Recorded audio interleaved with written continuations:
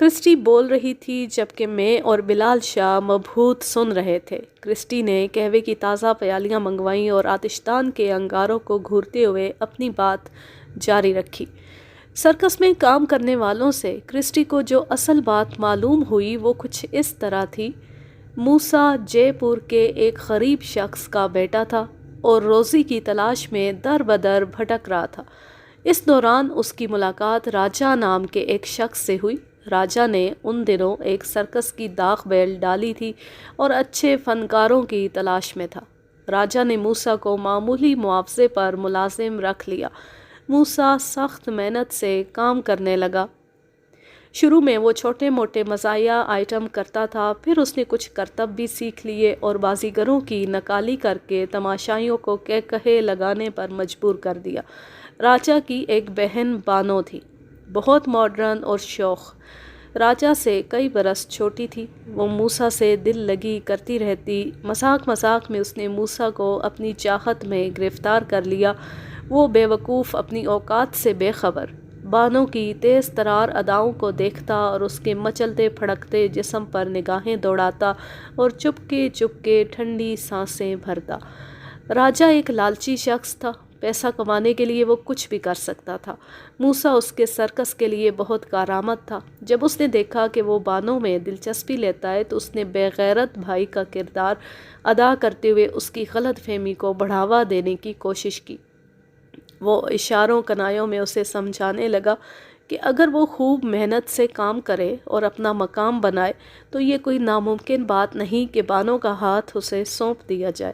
بانو کے عشق نے موسیٰ کی مت مار رکھی تھی۔ وہ گونگا بہرا ہو کر راجہ کے بتائے ہوئے راستے پر چلنے لگا۔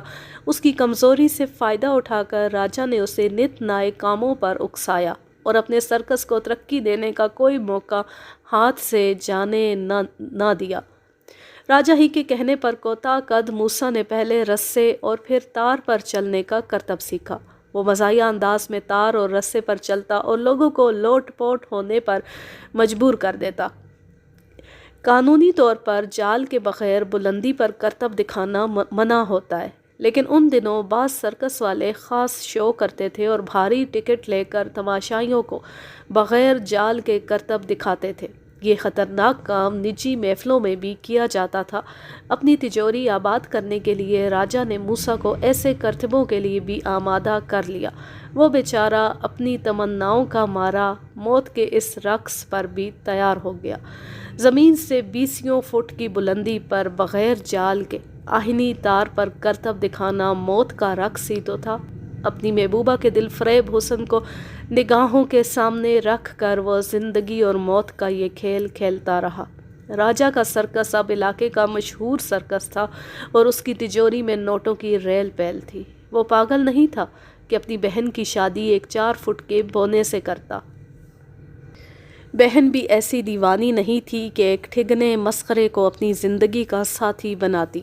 لہٰذا وہی ہوا جو ہونا تھا۔ بانو کی نسبت طے ہوئی اور اس کی شادی دھوم دھام کے ساتھ ایک امیر گھرانے میں کر دی گئی۔ پاگل بونا روتا اور سسکتا رہا، اپنی محبت کا ماتم کرتا رہا، لیکن اس کی آہو بکا سننے والا کون تھا؟ راجہ کے کارندوں نے اسے مارا پیٹا اور اٹھا کر ویرانے میں پھینک آئے۔ چند ماہ بعد موسیٰ نے ڈریم لینڈ نامی سرکس میں نوکری کر لی، لیکن یہ نوکری چند ہفتوں سے زیادہ نہیں چلی۔ اپنے کام سے اس کا جی بیزار ہو چکا تھا۔ جس کے لیے جان جوکھم میں ڈالتا تھا وہی نہیں رہی تو وہ ہر روز سولی پر کیوں لٹکتا؟ اس کے بعد قریباً 1.5 برس تک موسیٰ کا کچھ پتہ نہیں چلا کہ وہ کہاں رہا، کس کے ساتھ رہا اور کیا کرتا رہا، یہاں تک کہ مراد آباد میں اس کی موجودگی کی گواہی ملی۔ کرسٹی نے موسیٰ کے بارے میں جو کچھ بھی بتایا انکشاف انگیز تھا۔ یہ ایک بد نصیب شخص کی دردناک کہانی تھی۔ ایک چالاک شخص نے اس کی مجبوری کا فائدہ اٹھا کر اسے بری طرح لوٹا تھا، یہاں تک کہ اسے جنونی بنا دیا تھا۔ اب وہ اپنی برباد محبت کا انتقام ہر عورت سے لینا چاہتا تھا۔ یہاں تک تو بات ٹھیک تھی، لیکن یہ خیال آتا تھا کہ اس نے روزینہ جیسی نوعمر لڑکی کو ہوس کا نشانہ بنایا اور قتل کیا تو اس کے ساتھ کوئی ہمدردی باقی نہیں رہتی تھی۔ عورتوں کے چہروں پر تیزاب پھینکنا بھی کوئی کم بڑا جرم نہیں تھا، لیکن عزت لوٹ کر ایک دوشیزہ کو قتل کر دینا بھیانک جرم تھا اور سخت سے سخت سزا کا مستحق بھی۔ اگلے روز میں پھر سرکس کے مینیجر سے ملنے پہنچا۔ عین ممکن تھا کہ اس مرتبہ اس مکرانی سے کوئی اہم بات معلوم ہو سکتی۔ میں اور بلال شاہ دوپہر کے وقت سرکس پہنچے۔ اس وقت وہاں ویرانی کا راج تھا۔ رات بھر کے جاگے ہوئے فنکار اور مزدور یہاں وہاں پڑے سوئے ہوئے تھے۔ ہاں، مینیجر سیمسن کی چولداری آباد تھی۔ وہ مجھے ایک بار پھر اپنے سامنے پا کر ٹھٹک گیا۔ میں نے اسے بتایا کہ ابھی کچھ باتیں اس سے پوچھنا باقی ہیں۔ اس کی چوڑی پیشانی پر ناگواری کی شکن تھی، تاہم اس نے ہمیں بیٹھنے کی دعوت دی اور چائے وغیرہ منگوائی۔ چولداری میں خوشبو سی پھیلی ہوئی تھی جس سے میں نے اندازہ لگایا کہ ابھی کچھ دیر پہلے یہاں کوئی تتلی سیمسن کا دل بہلا رہی تھی۔ ابھی میں سیمسن کے ساتھ رسمی باتوں میں ہی مصروف تھا کہ ایک ملازم تیزی سے اندر آیا اور اس نے سیٹھ صاحب کے آنے کی اطلاع دی۔ سیٹھ صاحب سے اس کی مراد یقیناً اپنے مالک سے تھی، کیونکہ سیمسن فوراً اپنی جگہ سے اٹھ کھڑا ہوا اور سیٹھ صاحب کے استقبال کے لیے احاطے کی طرف بڑھا۔ کسی بڑی کار کے دروازے کھلنے اور بند ہونے کی آوازیں آئیں۔ پھر کوئی شخص بھاری آواز میں سلاموں کے جواب دیتا ہوا چولداری کی طرف آیا۔ ایک ملازم نے جلدی سے آگے بڑھ کر چولداری کا رنگین پردہ اٹھایا۔ 3 پیس سوٹ والا ایک دراز قد شخص اندر داخل ہوا۔ اس کے پیچھے ایک ہٹا کٹا ملازم بریف کیس تھامے ہوئے تھا۔ دراز قد شخص کی صورت دیکھ کر میں چونک گیا۔ وہ پرنسپل اسماعیل صاحب تھے۔ انہی کے گھر کئی روز چھپ کر میں مجرم کا انتظار کرتا رہا تھا، اور پھر جب روزینہ والی واردات ہو گئی تھی، مسٹر اور مسز اسماعیل ایک دم میدان چھوڑ کر بھاگ گئے تھے۔ آج کئی ہفتے بعد اسماعیل صاحب کو مراد آباد میں دیکھ رہا تھا، اور وہ بھی ایک بالکل نئے روپ میں۔ اسماعیل صاحب بھی مجھے پہچان کر ٹھٹک گئے۔ ان کا رنگ بالکل زرد ہو گیا۔ ایک لمحے کے لیے تو یوں لگا کہ وہ رخ پھیر کر باہر تشریف لے جائیں گے، لیکن پھر وہ سنبھلے اور آگے بڑھ کر مجھ سے مصافحہ فرمایا۔ پرنسپل اسماعیل نے سیمسن سمیت سارے ملازموں کو باہر بھیج دیا۔ ہم دونوں آمنے سامنے بیٹھ گئے۔ یہ میری آنکھیں کیا تماشا دیکھ رہی ہیں پرنسپل صاحب؟ کہاں اینگلو انڈین اسکول اور کہاں سرکس؟ پرنسپل اسماعیل نے خشک ہونٹوں پر زبان پھیرتے ہوئے کہا، اب اس سرکس سے میرا تعلق ہے۔ کسی وقت حساب کتاب چیک کرنے کے لیے آتا ہوں۔ یعنی پرنسپل اسماعیل نے اعتراف کر لیا کہ اس سرکس کے مالک وہ خود ہی ہیں۔ لیکن مجھے تو کسی راجہ صاحب کا نام بتایا گیا تھا۔ مجھے ہی راجہ اسماعیل کہتے ہیں۔ پرنسپل کے پاس میری الجھن رفع کرنے کے سوا کوئی چارہ نہیں تھا۔ میرے ذہن میں کھلبلی مچی ہوئی تھی۔ اس کا مطلب تھا مجھ سے بہت کچھ چھپایا گیا ہے۔ رامپور میں راجہ اسماعیل نے مجھ سے ذکر تک نہیں کیا تھا کہ وہ کسی سرکس کا مالک بھی ہے، یا کہ وہ مجرم کو پہلے سے جانتا ہے۔ یہاں مراد آباد میں بھی اس کے مینیجر نے بڑی شاندار اداکاری کی تھی اور یہ ظاہر کیا تھا کہ ان کو موسیٰ کی وارداتوں کے بارے میں کچھ پتہ نہیں ہے، حالانکہ وہ دونوں جان چکے تھے کہ رامپور میں کھلبلی مچانے والا ان کا وہی پرانا حریف موسیٰ ہے جسے وہ ناچیز سمجھ کر بھلا چکے تھے۔ وہ ایک نئے روپ میں سامنے آ چکا ہے۔ اب انہیں سمجھ نہیں آ رہی تھی کہ وہ اس جنونی دشمن سے براہ راست ٹکر لیں یا نہیں۔ وہ اس سے پہلے بھی اسے بہت نقصان پہنچا چکے تھے، شادی کا لالچ دے کر اس کی محنت سے اپنے لیے آسائشیں اکٹھی کرتے رہے تھے۔ اب اگر وہ اسے گرفتار کرانے میں پولیس کی مدد کرتے تو عین ممکن تھا وہ اور بھڑک اٹھتا۔ قاتل تو وہ بن ہی چکا تھا، اب اس کے لیے کسی اور کو قتل کرنا زیادہ مشکل نہیں تھا۔ یہی وجہ تھی کہ روزینہ کے قتل ہوتے ہی پرنسپل اسماعیل اپنے اہل خانہ کے ساتھ یہاں آ چھپا تھا۔ میں نے اپنے سامنے بیٹھے ہوئے راجہ اسماعیل کو غور سے دیکھا۔ اس کے چہرے سے شرافت کے سارے چھلکے اتر چکے تھے۔ لوگوں کی نظروں میں وہ ایک اعلیٰ اسکول کا پرنسپل، ایک قابل عزت شخص تھا، لیکن میری نگاہ میں وہ ایک عیار شخص تھا جس نے اپنے کاروبار کو ترقی دینے کے لیے اپنی غیرت کو داؤ پر لگایا تھا، اور ایک مجبور شخص کو رات دن خطرے کی بھٹی میں جھونکا تھا۔ میرے سینے میں راجہ اسماعیل کے خلاف نفرت کا غبار پھیل رہا تھا۔ کاش میرے بس میں ہوتا اور میں اسی وقت اسے ہتھکڑی لگا کر سلاخوں کے پیچھے پہنچا سکتا۔ میرے منہ میں جو آیا سچ کہہ رہا تھا، جھوٹ نہیں کہہ رہا تھا۔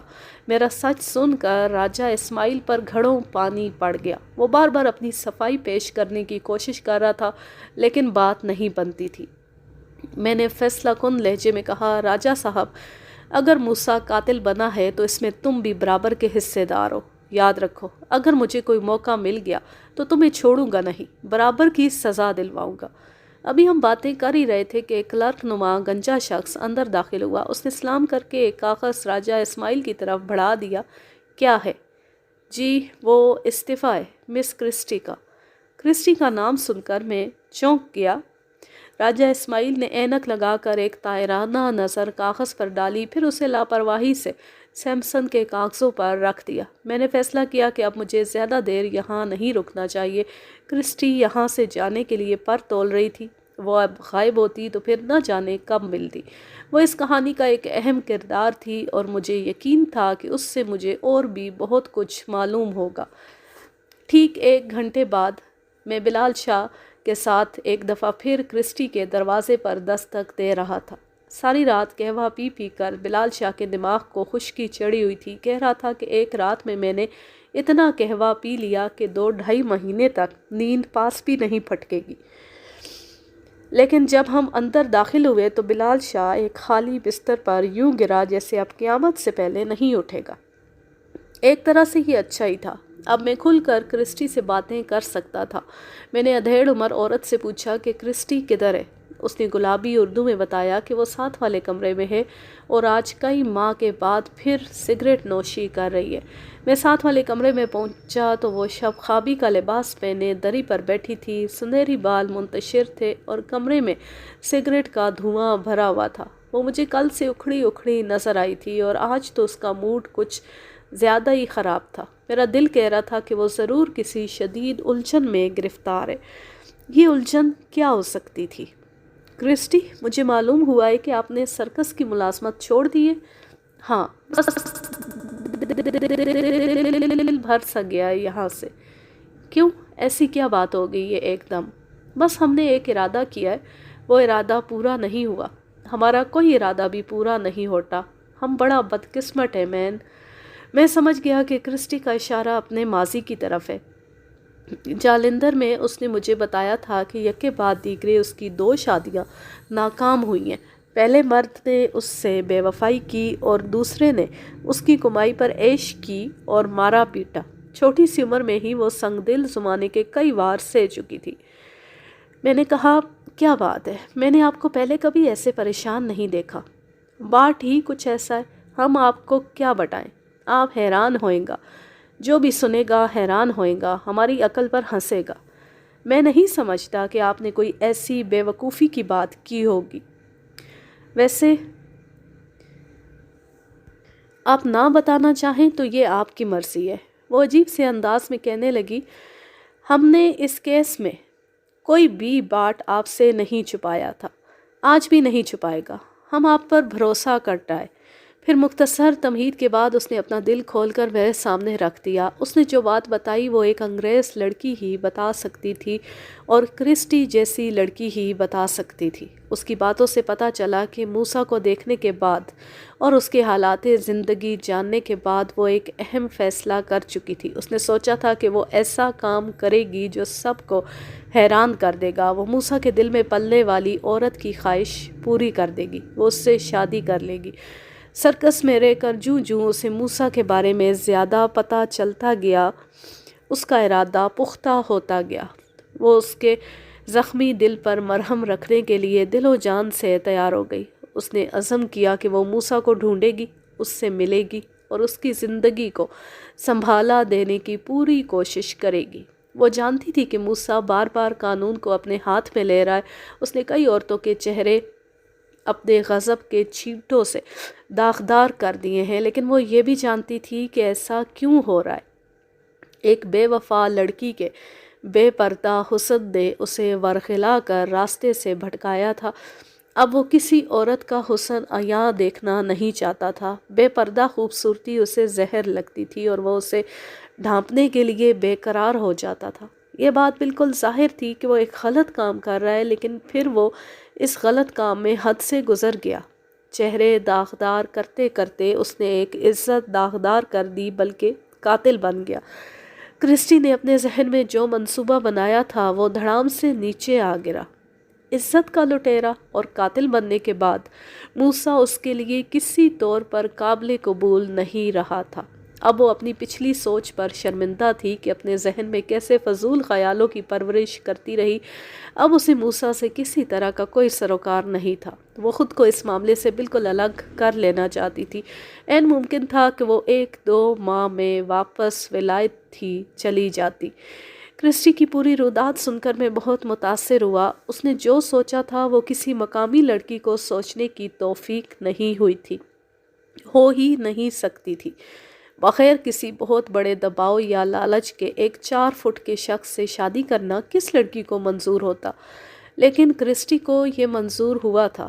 وہ کوئی بدصورت یا جسمانی عیب والی لڑکی نہیں تھی۔ اچھے خاصے موزوں جسم کی مالک تھی، بنی سنوری ہوتی تو ٹھیک ٹھاک لگتی تھی۔ اس کے باوجود وہ موسیٰ کی زندگی سنوارنے پر کمر بستہ ہو گئی تھی۔ اب یہ موسیٰ کی تقدیر تھی جو پلٹا کھا کر بھی پلٹا نہیں کھا سکی تھی۔ بال بکھرائے افسردہ سی اپنے سامنے بیٹھی وہ مجھے اچھی لگی۔ وہ کافی دیر بے خیالی میں گھورتی رہی اور میں بھی اسے دیکھتا رہا۔ پھر ٹھہرے ہوئے لہجے میں بولا، کرسٹی، میں آپ کی ساری بات سمجھ گیا ہوں۔ اگر میں آپ سے ایک بات کہوں تو مانیں گی؟ کیا؟ ابھی رامپور چھوڑنے اور واپس وطن جانے کا خیال دل سے نکال دیں۔ لیکن کیوں؟ یہ آپ کو 6-7 دن کے اندر اندر معلوم ہو جائے گا۔ کیا آپ مجھے یہ چند دنوں کی مہلت نہیں دیں گی؟ لیکن بات کیا ہے مین، کچھ ہم کو بھی تو پتہ چلے۔ میں نے آپ سے کہا ہے نا کہ صرف چند دن، اس کے بعد اب ہر طرح کا فیصلہ کرنے میں آزاد ہوں گی۔ در حقیقت مجھے یہ شبہ ہو چکا تھا کہ روزینہ کا قتل کرنے والا موسیٰ کے بجائے کوئی اور ہے، اور اگر موسیٰ ہے تو پھر اس کے ساتھ کوئی اور بھی شریک تھا۔ یعنی یہ واردات شک و شبے میں پڑ چکی تھی۔ اس سلسلے میں تفتیش کا آغاز بھی میں کر چکا تھا۔ سب سے پہلی بات تو مجھے یہ معلوم ہوئی تھی کہ روزینہ عطا محمد صاحب کی سگی بیٹی نہیں تھی۔ وہ ان کے ایک مرحوم دوست کی لاوارث بیٹی تھی جسے انہوں نے اپنے گھر میں اولاد کی طرح رکھا ہوا تھا۔ یہ بھی معلوم ہوا کہ روزینہ جائیداد کی مالک بھی تھی۔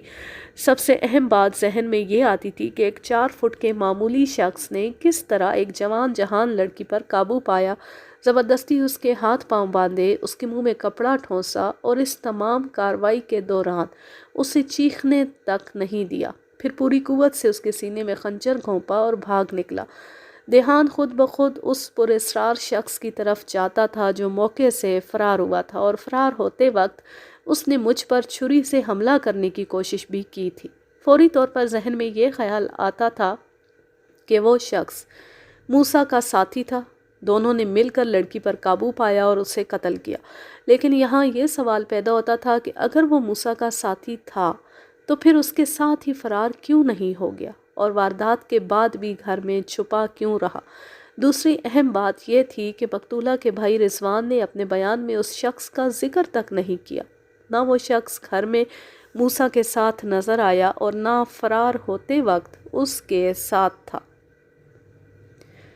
اس معمے کو حل کرنے کے لیے میرے ہاتھ چھوٹا سا سوراخ آیا تھا، اور یہ سوراخ میں 2 روز پہلے رامپور کے ایک شخص کے حوالے کر آیا تھا۔ یہ ایک دستی گھڑی تھی۔ جیسا کہ آپ کو یاد ہوگا، عطا محمد صاحب کے گھر سے فرار ہونے والے شخص نے چھت سے گلی میں چھلانگ لگا دی تھی۔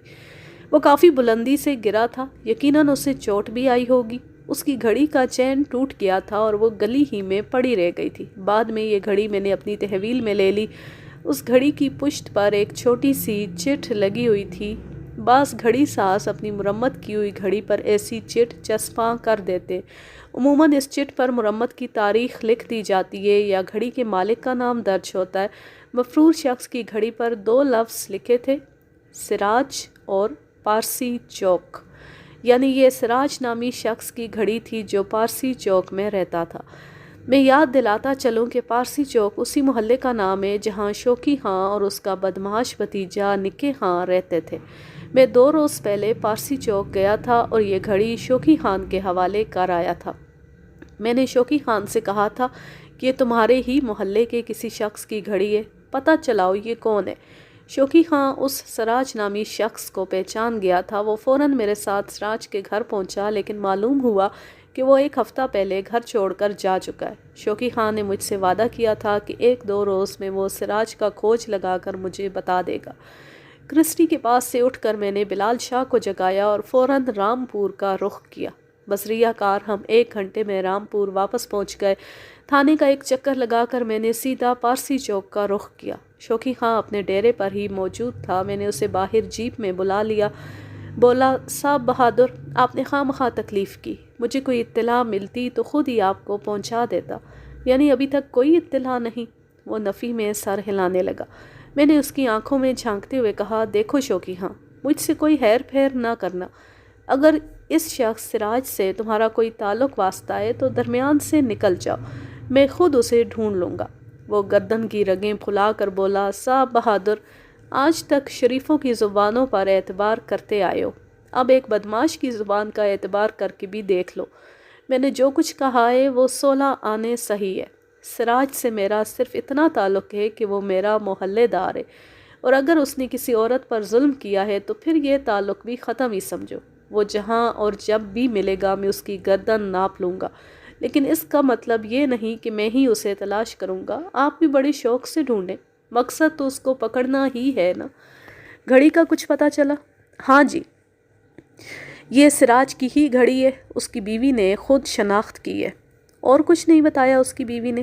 بتایا ہے جی، وہ کہتی ہے سراج پچھلے اتوار کو آیا تھا، پھر ایک ضروری کام سے لدھیانہ چلا گیا، 1-2 روز میں آ جانا تھا لیکن ابھی تک نہیں آیا۔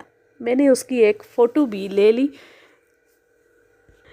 آپ اسے دیکھ کر پہچان لیں۔ شوقی خان نے اپنی بوسکی کی قمیض میں سے چمڑے کا بٹوا نکالا اور اس میں سے ایک بھدی سی تصویر نکال کر میرے سامنے کر دی۔ میں دیکھتی ہی پہچان گیا، یہی شخص تھا جس نے 2 ہفتے پہلے عطا محمد صاحب کے گھر کی چھت پر مجھے چھری دکھائی تھی اور بعد میں فرار ہوا تھا۔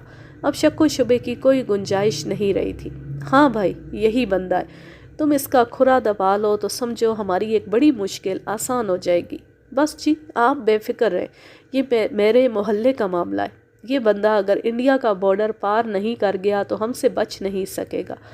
شوقی خان شیخیاں بگاڑ رہا تھا۔ بہرحال مجھے امید تھی وہ کچھ نہ کچھ کرے گا ضرور۔ دوسری طرف موسیٰ کی تلاش بھی زور و شور سے جاری تھی۔ میں نے سب انسپکٹر کو جے پور بھیج دیا تھا اور اسے کہا تھا کہ وہ موسیٰ کے والدین اور عزیز و اقارب سے مکمل معلومات حاصل کر کے آئے۔ رامپور اور مراد آباد میں بھی مفرور ٹھگنے کی تلاش پورے زور و شور سے جاری تھی۔ اس قسم کا مجرم قانون کی نگاہ سے زیادہ دیر چھپا نہیں رہ سکتا۔ اپنے خاص حلیے کی وجہ سے وہ ہر کسی کی نظر میں آ جاتا ہے اور مخبری کے سبب پکڑا جاتا ہے۔ موسیٰ بھی خاص حلیے اور قد کاٹ کا شخص تھا، پھر بھی اس کا کوئی سراغ نہیں مل رہا تھا۔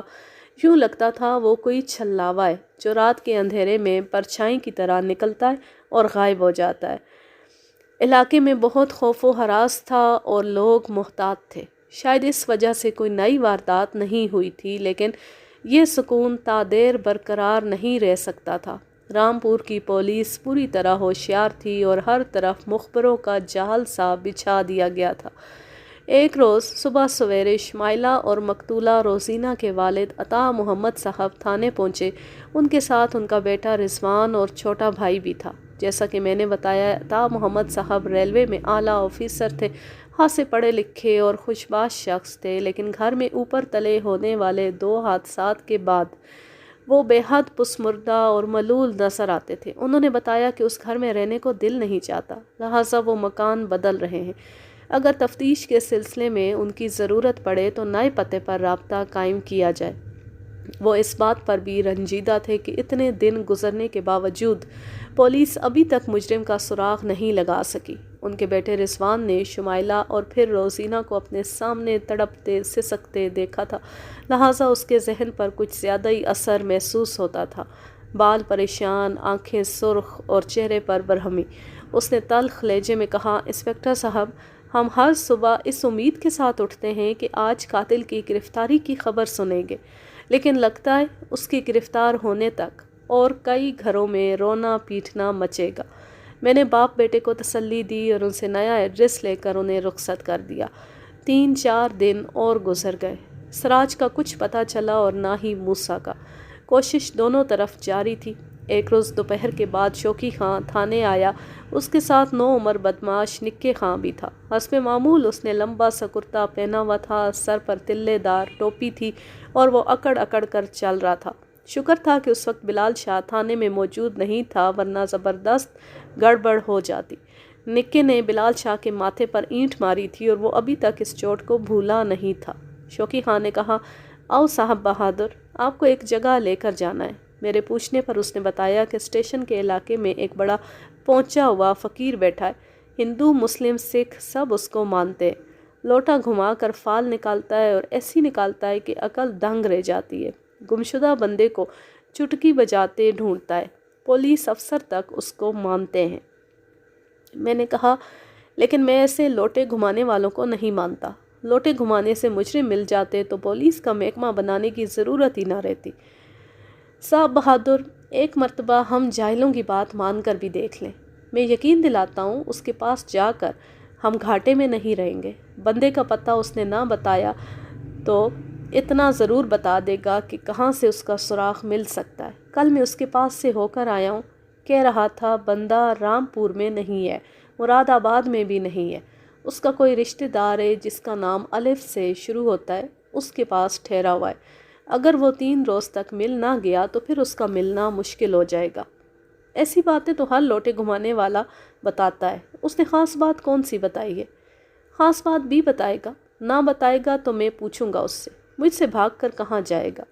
شوقی ہاں کے لہجے میں اپنے آپ بدماشی جھلکنے لگی۔ اس نے بہت اصرار کیا تو میں نے سوچا چلو ایک چکر لگا ہی آتے ہیں، کیا پتہ کوئی تکا لگ ہی جائے۔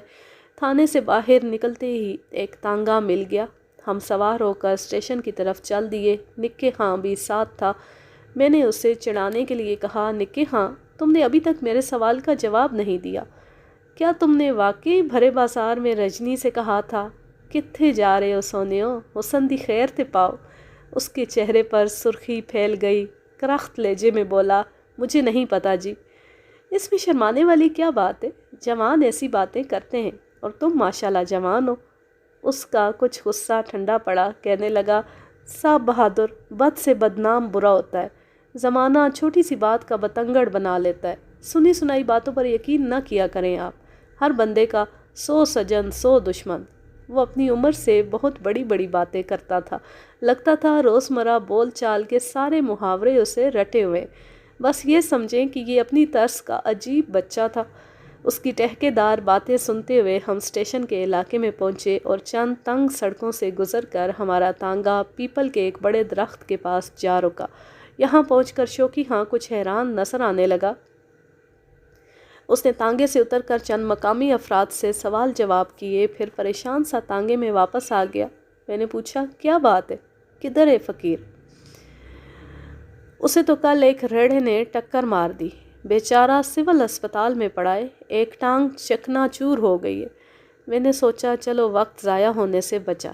کتنی عجیب بات ہے، سڑک کے کنارے بیٹھ کر دوسروں کی قسمت کا حال بتانے والا بعض اوقات اپنی تقدیر کی چال سے مار کھا جاتے ہیں۔ ہم اسٹیشن سے واپس روانہ ہو گئے۔ مختلف سڑکوں سے گزرتے ہوئے جب ہمارا تانگا پارسی چوک کے علاقے میں پہنچا تو وہاں کافی رش تھا۔ تانگا سست رفتاری سے آگے بڑھ رہا تھا۔ ایک ہیڈ کانسٹیبل کے ساتھ پچھلی سیٹ پر بیٹھا تھا۔ نکے خان بھی ہمارے ساتھ تھا۔ میں اور کانسٹیبل سادہ لباس میں تھے۔ شوقی خان کوچوان کے ساتھ اگلی نشست پر تھا۔ جو ہی ہمارا تانگا ایک موڑ پر گھوما، نکے خان کو نہ جانے کیا نظر آیا، وہ اچھل کر تانگے سے اترا۔ وہ رہا، اس نے پکار کر کہا اور تیزی سے ایک طرف لپکا۔ لوگوں کے درمیان سے رستہ بناتا وہ چند ساتوں میں کافی دور نکل گیا۔ پھر میں نے اسے ایک شخص کی ٹانگوں سے لپٹتے ہوئے دیکھا۔ میں اور ہیڈ کانسٹیبل بھی چھلانگیں لگا کر تانگے سے اترے۔ ہجوم کی وجہ سے کچھ نظر نہیں آیا کہ کیا ہو رہا ہے۔ سب لوگ ایک طرف بھاگتے جا رہے تھے۔ پھر مجھے لوگوں کے درمیان نکی ہاں کے کریم کلر کرتے کی جھلک نظر آئی۔ وہ بدستور راہگیر کی ٹانگوں سے لپٹا ہوا تھا اور زور زور سے پکار رہا تھا۔ راہگیر اسے اپنے ساتھ گھسیٹتا ہوا آگے بڑھ رہا تھا اور ساتھ ساتھ کسی چیز سے نکی خان کے سر پر ضربے لگا رہا تھا۔ میں نے دونوں ہاتھوں کو حرکت دی اور ہجوم کے درمیان تیزی سے راستہ بناتا نکی خان کی طرف بڑھا۔ قریباً 10 گز کی دوری پر میں نے ایک اسکوٹر دیکھا۔ اسکوٹر سٹارٹ تھا اور اس پر ایک دبلا پتلا شخص بیٹھا تھا۔ جس راہگیر کو نکی خان نے جکڑا ہوا تھا وہ اسکوٹر پر سوار ہونے کی کوشش کر رہا تھا۔ دوسری طرف نکی خان اس کی ہر کوشش ناکام بنانے پر تلا ہوا تھا۔ وہ جیسے راہگیر کی ٹانگوں کے ساتھ جونک بن کر چمٹ گیا تھا۔ اس کے کریم کلر کرتے پر مجھے جگہ جگہ خون کے دھبے نظر آ رہے تھے۔ میں نے آخری چند گز کا فاصلہ تیزی سے طے کیا اور راہگیر پر جا پڑا۔ وہ اپنی ایک ٹانگ اسکوٹر پر رکھ چکا تھا اور دوسری ٹانگ نکی خان سے چھڑانے کے لیے اس کے سر پر مسلسل ضربے لگا رہا تھا۔ میرا مکہ اس کے جبڑے پر پڑا تو وہ اپنے ساتھی اور اسکوٹر سمیت الٹ کر سڑک پر جا گرا۔ میں نے اس کا چہرہ دیکھا۔ وہ سراج تھا۔ اس کے سڑک پر گرتی ہی لوگ اس پر ٹوٹ پڑے۔ اس کے ہاتھ میں دیسی ساخت کا ریوالور تھا۔ اس سے وہ نکی خان کے سر پر ضربے لگاتا رہا تھا۔ چند ہی لمحوں میں لوگوں نے اسے مار مار کر لہو لہان کر دیا۔ اس کے ساتھی کی بھی تسلی بخش ٹھکائی کی گئی۔ میں نے نکی خان کو سہارا دے کر اٹھایا۔ اس کے چہرے اور سر پر کئی زخم آئے تھے۔ سارے کپڑے لہو لہان ہو رہے تھے۔ ہم اسے فوراً ایک قریبی ڈاکٹر کے پاس لے گئے۔ اس کے سر اور چہرے پر قریباً 30 ٹانکے لگے۔ وہ ٹانکے لگوانے سے انکار کر رہا تھا۔ کہتا تھا میں بالکل ٹھیک ہوں۔ جوانوں کو ایسی چوٹیں کیا کہتی ہیں؟ بہرحال ٹانکے تو لگنے ہی تھے۔ ٹانکے لگنے سے تکلیف ہوئی تو وہ چیخنے لگا، او ڈاکٹر، ہوش نال کام کر، کوئی اور سیاپا نہ پا لائیں، یعنی ہوش سے کام کرو، کہیں میرے ساتھ دشمنی نہ ڈال لینا۔ اسی ڈاکٹر سے سراج اور اس کے ساتھی کی مرہم پٹی بھی کروائی گئی اور پھر تینوں زخمیوں کو لے کر ہم واپس تھانے آ گئے۔ سراج کے پاس سے دیسی پستول کے علاوہ گولیاں بھی برآمد ہوئیں۔ اس کے علاوہ اس کے اسکوٹر کی ڈگی میں وہ چھری بھی موجود تھی جس سے اس نے 2 ہفتے پہلے مجھ پر حملہ کیا تھا۔ نکی خان کی خوش قسمتی تھی کہ جس وقت وہ سراج کو پہچان کر اس کی ٹانگوں سے لپٹا، سراج کے پستول میں گولیاں موجود نہیں تھیں، ورنہ عین ممکن تھا کہ وہ نکی کو ٹانگوں سے لپٹے دیکھ کر اور اسے تھانے دار کی پکار کرتے سن کر شوٹ ہی کر دیتا۔ سراج سے پوچھ گچھ کے دوران معلوم ہوا کہ وہ پچھلے 2 ہفتے سے رامپور میں ہی تھا اور اپنے ایک پرانے دوست غلام رسول کے گھر چھپا ہوا تھا۔ یعنی محترم فقیر صاحب کی الف والی پیش گوئی بھی غلط ثابت ہوئی تھی۔ سراج پارسی چوک میں آٹے کی ایک چکی پر کام کرتا تھا۔ ایک دوست سے اسے نشے کی لت پڑی۔ جو کماتا وہ نشے میں اڑا دیتا۔ آخر گھر اور نشے کے اخراجات پورے کرنے کے لیے اس نے چھوٹی موٹی وارداتیں شروع کر دی۔ میں نے حوالات میں اس سے پوچھ گچھ شروع کی تو وہ الٹی سیدھی ہانکنے لگا۔ جلد ہی مجھے یہ اندازہ ہو گیا کہ وہ لاتوں کا بھوت ہے، باتوں سے نہیں مانے گا۔ میں نے اسے ٹھیک ٹھاک پھینٹی لگوائی۔ 1.5-2 گھنٹے کی محنت کے بعد وہ رائے راست پر آ گیا۔ اس نے باقاعدہ اعتراف کر لیا کہ آج سے 18 روز قبل شام کے 6 بجے وہ ریلوے آفیسر عطا محمد صاحب کی کوٹھی میں داخل ہوا تھا اور اس وقت اس کے پاس یہی چھری تھی جو اب براؤن اسکوٹر کی ڈگی سے برآمد ہوئی ہے۔ لیکن اس نے یہ بات تسلیم کرنے سے پرزور انکار کیا کہ قتل کی واردات میں اس کا ہاتھ ہے۔ اس نے یہ بھی کہا کہ وہ موسیٰ نام کے کسی ٹھگنے کو جانتا ہے اور نہ کبھی اس سے ملا ہے۔ لیکن میں سمجھتا ہوں کہ موسیٰ تمہارا ساتھی ہے اور تم نے اس کے ساتھ مل کر روزینہ کا خون کیا ہے۔ وہ زور زور سے انکار میں سر ہلانے لگا۔ یہ بالکل غلط بات ہے تھانے دار صاحب، لڑکی کے قتل میں میرا کوئی ہاتھ نہیں اور میرا خیال ہے کسی ٹھگنے کا بھی کوئی ہاتھ نہیں۔ اس کی بات نے مجھے تھوڑا سا چونکا دیا۔ تو پھر کس کا ہاتھ ہے؟ کیا اس رات کسی جن بھوت نے عصمت دری اور قتل کا شوق پورا کیا تھا؟ وہ آنکھوں میں آنسو بھر کر بولا، اگر میں خدا کو حاضر ناظر جان کر سب کچھ سچ سچ بتا دوں تو کیا اس شخص سے میری جان چھوٹ جائے گی؟ اس کا اشارہ ہیڈ کانسٹیبل سجاد کی طرف تھا۔ پچھلے 2 گھنٹے میں اس نے سراج پر خاصی محنت کی تھی۔ میں نے کہا، یہ تو تم بیان دو گے تو پتہ چلے گا۔ اپنی جان چھڑانا یا پھنسانا تمہارے اپنے اختیار میں۔ سراج کا نشہ ٹوٹ رہا تھا۔ اس نے ہاتھ جوڑ کر ایک سگریٹ پینے کی اجازت طلب کی۔ اس کی حالت دیکھتے ہوئے میں نے کانسٹیبل کو اشارہ کیا۔ وہ سراج کے سامان میں سے ایک بھرا ہوا سگریٹ لے آیا۔ سگریٹ کے لمبے لمبے کش لیتے ہوئے سراج نے کہا، انسپکٹر صاحب، مجھے اس رات کچھ پتہ نہیں تھا کہ چودھری عطا کے گھر میں کیا ہونے والا ہے۔ اگر پتہ ہوتا تو میں کبھی وہاں قدم نہ رکھتا۔ میں چوری کی نیت سے اندر گھسا تھا۔ میرا خیال تھا کہ مجھے صحن میں ہی چند ایک چیزیں مل جائیں گی اور کچھ نہ ہوا تو دوسری منزل کے برآمدے میں سے چھت کے 2 پنکھے اتار لوں گا اور انہیں بیچ کر چند دن کے لیے روٹی پانی کا انتظام کر لوں گا۔ لیکن جب میں اندر گھس گیا تو چوکیدار نے سیڑھیوں کا دروازہ بند کر دیا جہاں سے میں نے باہر نکلنا تھا۔ یوں میں صبح تک کے لیے دوسری منزل پر قید ہو کر رہ گیا۔ میری سمجھ میں نہیں آ رہا تھا اب کیا کروں۔ چوری چکاری تو میں بھول گیا اور اپنی جان بچانے کے چکر میں پڑ گیا۔ اس وقت رات کے قریباً 11:15 بجے تھے جب قریبی کمرے کا دروازہ کھلا اور میں نے ایک سایہ سا باہر نکلتے دیکھا۔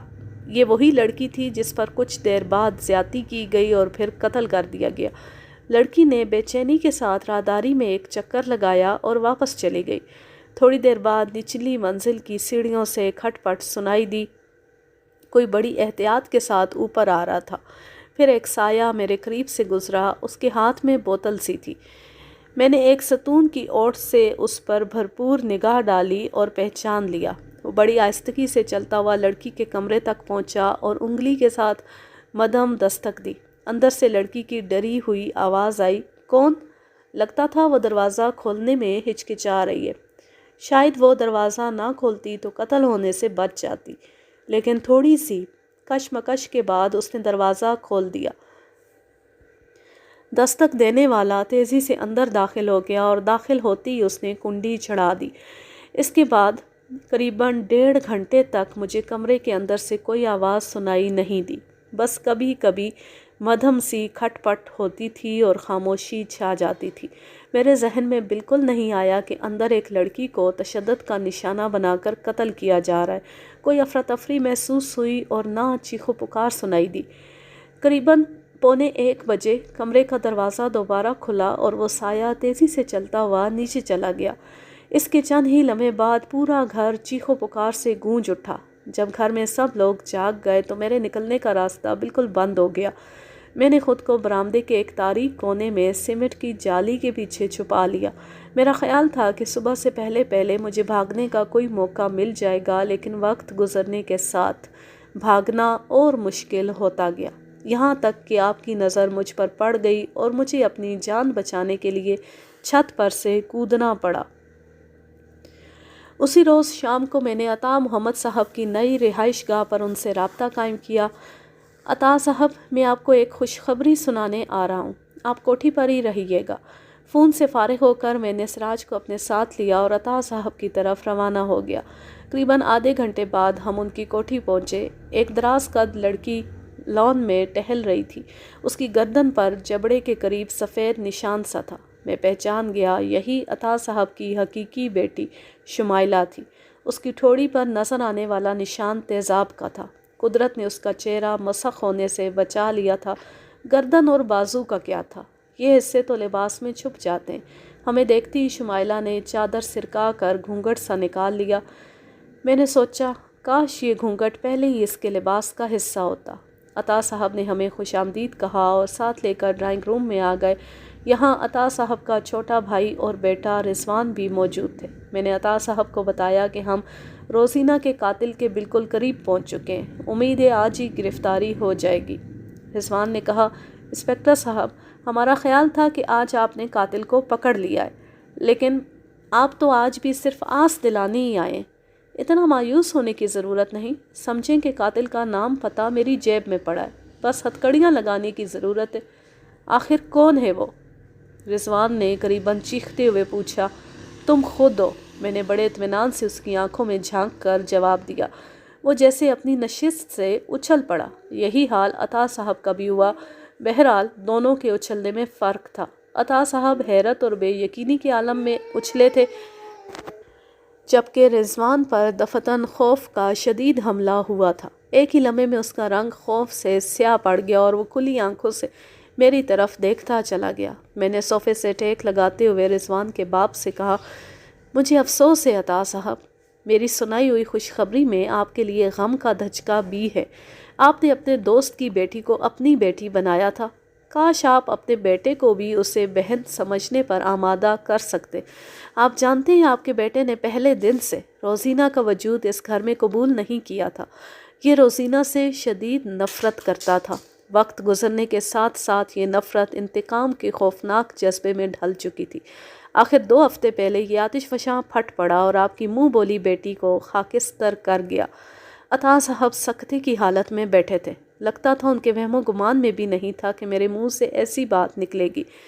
میں نے سراج کی طرف اشارہ کرتے ہوئے کہا، میرا خیال ہے آپ اس شخص کو سادہ لباس میں پولیس والا سمجھ رہے ہیں، لیکن یہ پولیس والا نہیں، مجرم ہے۔ یہی شخص ہے جس نے 2 ہفتے پہلے آپ کے گھر کی چھت پر مجھ پر چھری نکالی تھی اور ہاتھا پائی کر کے بھاگ گیا تھا۔ یہ شخص وقوعے کی رات آپ کے گھر میں بند تھا اور یہ اس گھناؤنی واردات کا چشمدید گواہ بھی ہے۔ میں دیکھ رہا تھا کہ رضوان کے چہرے پر زلزلے کے آثار نمودار ہو رہے، شاید اس نے پھانسی کا پھندا آنکھوں کے سامنے لہراتے دیکھ لیا تھا۔ میں نے تیزی سے پستول نکال لیا، خبردار، اپنی جگہ سکون سے بیٹھے رہو۔ بھاگنے کے لیے تمہیں 2 ہفتے ملے تھے، لیکن تم حال سے پوری طرح مطمئن تھے، اس لیے بھاگنے کی ضرورت ہی نہیں سمجھی۔ آپ یہ کیا کہہ رہے؟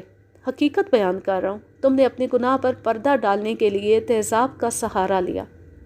تم جانتے تھے کہ تیزاب کی وارداتیں پے در پے ہو رہی ہیں اور پولیس ایک کوتاہ قد مجرم کی تلاش میں ہے۔ تم نے تفتیش کو غلط راستے پر ڈالنے کے لیے مقتولہ کے چہرے پر تیزاب پھینکا اور بعد میں پولیس کو یہ کہانی سنائی کہ تم نے اپنی آنکھوں سے ٹھگنے کو چھت پر چڑھتے اور غائب ہوتے دیکھا۔ تم اپنے مقصد میں پوری طرح کامیاب ہو چکے تھے اور شاید تمہارا یہ جرم ہمیشہ تاریکی کے پردے میں چھپا رہتا اگر یہ شخص سراج اس رات چوری کی نیت سے تمہارے گھر میں داخل نہ ہوتا اور تمہارا گھناؤنا جرم اپنی آنکھوں سے نہ دیکھتا۔ میں بتاتا چلوں کہ اس کیس میں رضوان کو بعد میں عمر قید کی سزا ہوئی۔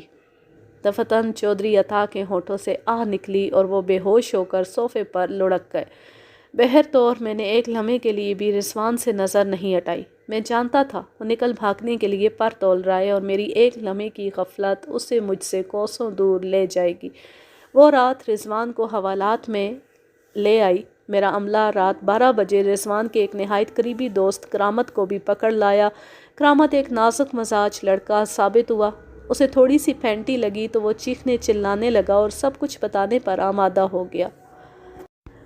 اس لڑکے کے بیان نے رضوان کے انجام پر مہر تصدیق ثبت کر دی۔ اس کی باتوں سے کئی اندرخانے کی باتیں سامنے آئیں، مثلاً یہ کہ مقتولہ سے رضوان کی نفرت کی اصل وجہ مقتولہ کی قابلیت تھی۔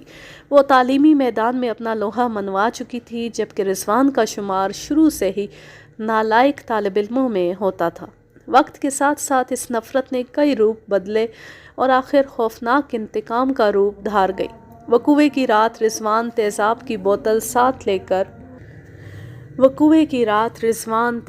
بوتل کے ساتھ مقتولہ کے کمرے میں داخل ہوا۔ اس نے بڑی چال بازی کے ساتھ پہلے لڑکی کو بے بس کیا، پھر عصمت دری کے بعد قتل کر دیا۔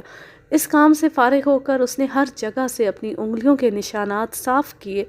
آخر میں مقتولہ کے چہرے پر تیزاب پھینکا اور اس کی بندشیں کھول کر کمرے سے باہر نکل گیا۔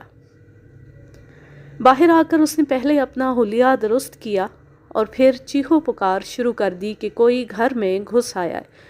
جس صبح اخباروں میں اس سارے واقعے کی خبر چھپی، اسی روز کرسٹی مجھے ڈھونڈتی ہوئی رامپور کے تھانے میں آ پہنچی۔ آج اس نے ڈھنگ کا لباس پہن رکھا تھا اور چہرے پر مسرت کی ہلکی سی چمک تھی۔ وہ ہندوستانی لباس میں تھی، کندھے سے ہینڈ بیگ جھول رہا تھا اور بیگ سے اخبار کا تازہ پرچہ جھانک رہا تھا۔ وہ کرسی گھسیٹ کر میرے سامنے بیٹھ گئی اور میں نے خیس لہجے میں بولی، انسپکٹر نواز، آج ہم کو سمجھ آیا کہ آپ اس روز ہم سے چند روز کا مہلت کیوں مانگ رہا تھا۔